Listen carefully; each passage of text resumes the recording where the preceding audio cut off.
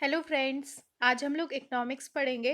पर उससे पहले देखते हैं कि 4 फरवरी को होता है वर्ल्ड कैंसर डे, जिसकी अभी थीम चल रही है I am and I will.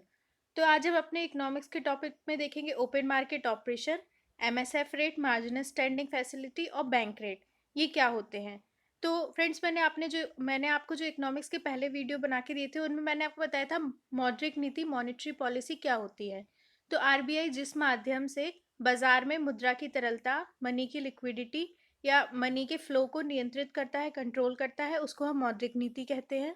और मैंने आपको बताया था मौद्रिक नीति के उपकरण होते हैं मात्रात्मक उपकरण, जिससे वो बाजार में मनी की क्वांटिटी, मात्रा को नियंत्रित करता है। तो मैंने आपको उसमें पढ़ा दिए थे repo rate, reserve repo rate, CRR और एसएलआर। तो अब हम आप आगे देखते हैं ओपन मार्केट ऑपरेशन क्या होता है। देखिए, जो गवर्नमेंट होती है ना, तो उसको अगर पैसे की कहीं ज़रूरत होती है तो वो सरकारी प्रतिभूति या गवर्नमेंट सिक्योरिटी, और शॉर्ट में कहते हैं जीसैक, जारी करती है। तो जीसैक किस लिए जारी करती है? वो क्या होते हैं? वो एक दस्तावेज टाइप के होते हैं। तो जो गवर्नमेंट होती है वो उसको दे के बाजार से फंड लेती है। उसे हम सरकारी प्रतिभूति कहते हैं। तो लेकिन इनको जो खरीदता बेचता है सरकारी प्रतिभूति को, गवर्नमेंट सिक्योरिटी को, वो आरबीआई करता है, डायरेक्ट सरकार नहीं करती।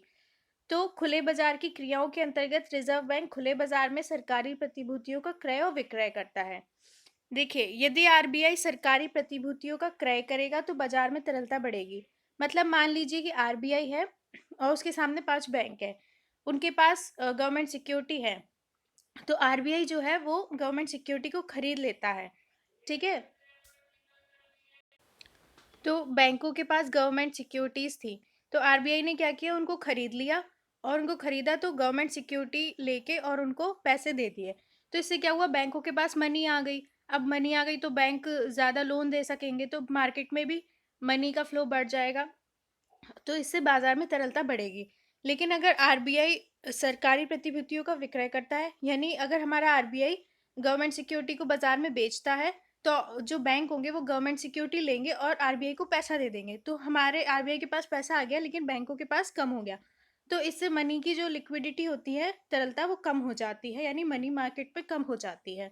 इसको हम ओपन मार्केट ऑपरेशन कहते हैं। इसके द्वारा आरबीआई बाजार में तरलता की मात्रा को नियंत्रित करता है। अब हम नेक्स्ट देखते हैं। देखिए, मार्जिनल स्टैंडिंग फैसिलिटी रेट क्या होता है? कभी कभी क्या होता है ना, बैंक को बहुत ज़्यादा ट्रांजैक्शन करना पड़ता है एक दिन में कैश का। जैसे हम ही लोग कभी एटीएम से ज़्यादा पैसे निकाल रहे हैं, बहुत सारे लोग एक साथ, तो उसको मनी का बहुत बड़ी मात्रा में ट्रांजैक्शन करना पड़ता है बैंक को। तो कभी कभी उसके पास किसी किसी दिन जो मनी होती है, तरलता, वो कम हो जाती है, उसके पास शॉर्टेज हो जाती है मनी की। तो वो एक दिन के लिए आरबीआई से जिस रेट पे वो ऋण लेगा उसको हम एमएसएफ कहते हैं। तो सीमांत स्थायी सुविधा की अवधारणा 2011 से आई थी, मतलब ये 2011 से शुरू हुआ था। एमएसएफ ब्याज की वह दर है जिसके तहत अनुसूचित वाणिज्यिक बैंक आरबीआई से अपने शुद्ध जमा एनडीटीएल का 1% रात भर के लिए, ओवरनाइट के लिए ऋण ले सकता है। एनडीटीएल मैंने आपको क्या पहले आपको पढ़ा दिया था, क्या होता है? बैंक होता है वो डिपॉजिट देता है उस और डिपॉजिट लेता है और लोन देता है। तो डिपॉजिट 2 टाइप्स के मैंने आपको पढ़ाए थे, टाइम डिपॉजिट और डिमांड डिपॉजिट। इन दोनों को मिला के हो गया ग्रॉस डिमांड टाइम डिपॉजिट। तो उसमें से अगर इंटरबैंक लाइबिलिटी हटा दे तो नेट डिमांड टाइम लाइबिलिटी आ जाएगी। मैंने आपको पिछले वीडियो में पढ़ाया था, आप एनडीटीएल उससे देख लीजिए और अच्छे से समझ लीजिए। तो जो बैंक होते हैं ना, अनुसूचित वाणिज्यिक बैंक, वो अपने एनडीटीएल का शुद्ध जमा का 1% ले सकते हैं आरबीआई से ऋण, अगर उन्हें बहुत ज़रूरी चाहिए है तो।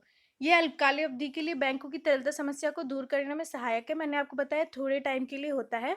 सामान्यतः एमएसएफ रेट रेपो रेट से अधिक होता है, मतलब एमएसएफ रेट जो होगा वो रेपो रेट से ज़्यादा ही होगा। अब हम देखते हैं बैंक रेट क्या होता है।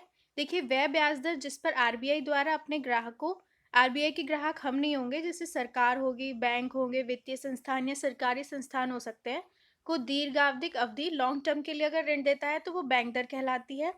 और सेकंड डेफिनेशन है वह ब्याज दर जिस पर आरबीआई व्यापारिक बैंकों द्वारा प्रस्तुत की जाने वाली प्रतिभूतियों पर पुनः कटौती, रीडिस्काउंट करता है। तो पुनः कटौती क्या होती है? देखिए, जैसे मान लीजिए कोई गवर्नमेंट सिक्योरिटी है, वो 10 रुपए की है, सपोज, मानने के लिए 10, मैं समझाने के लिए लेती हूँ। मान ली कोई कंपनी है, उसके पास गवर्नमेंट सिक्योरिटी है 10 रुपए की। ठीक है, आप उसे 10 करोड़ भी मान लीजिए, मैं समझाने के लिए 10 रुपये बोल रही हूँ कि उसके पास 10 रुपये की गवर्नमेंट सिक्योरिटी है कंपनी के पास। उसे अभी पैसा चाहिए और उसे पैसा मिलेगा 2 महीने बाद, लेकिन उसे अभी अपने काम के लिए अभी पैसा चाहिए, तो वो बैंक के पास कंपनी जाएगी, कहेगी मेरे पास गवर्नमेंट सिक्योरिटी है, आप इसको ले लीजिए।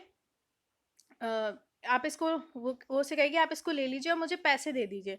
तो बैंक कहेगा कि हम आपको 10 रुपये तो नहीं दे सकते, हम आपको उसके लिए उसकी जगह 9 रुपये भी दे सकते हैं। तो वो उसको अभी कंपनी को अपनी ज़रूरत के लिए पैसे मिल जाएंगे। बैंक क्या करेगी, बैंक जाएगी आरबीआई के पास, आरबीआई से कहेगी मेरे पास 10 रुपये की गवर्नमेंट सिक्योरिटी है, तो आरबीआई कहेगा हम आपको 9.5 रुपये दे सकते हैं। ठीक है, तो ये क्या किया उसने, रीडिस्काउंट पे पुनः कटौती पे दी है। तो जिस मतलब यही क्या हो गई, ये ब्याज दर हो गई जिस पर रीडिस्काउंट किया है, वह ब्याज दर जिस पर आरबीआई व्यापारिक बैंकों द्वारा प्रस्तुत की जाने वाली प्रतिभूतियों पर पुनर्कटौती करता है, उसे हम बैंक रेट कहते हैं। तो आरबीआई द्वारा इसका प्रयोग पेनल्टी रेट के रूप में किया जाता है। पेनल्टी रेट क्या होता है, जैसे बैंक होते हैं उनको सीआरआर और एसएलआर करना पड़ता है, लेकिन अगर वो नहीं कर पाते कभी अपना पूरा, तो बैंक आरबीआई जो है वो बैंकों पर पेनल्टी लगाता है। वो पेनल्टी वो बैंक रेट के अनुसार ही लगाता है। देखिए, वर्तमान में बैंक रेट को एमएसएफ रेट के साथ सामंजस्य बनाने के लिए एक समान कर दिया गया है। अभी दोनों को एक कर दिया गया है।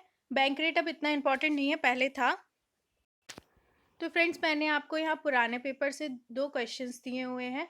देखिए, आइए इनको करते हैं। भारतीय अर्थव्यवस्था के संदर्भ में कौन मौद्रिक नीति के घटक हैं? ये आईएएस 2015 में आया था।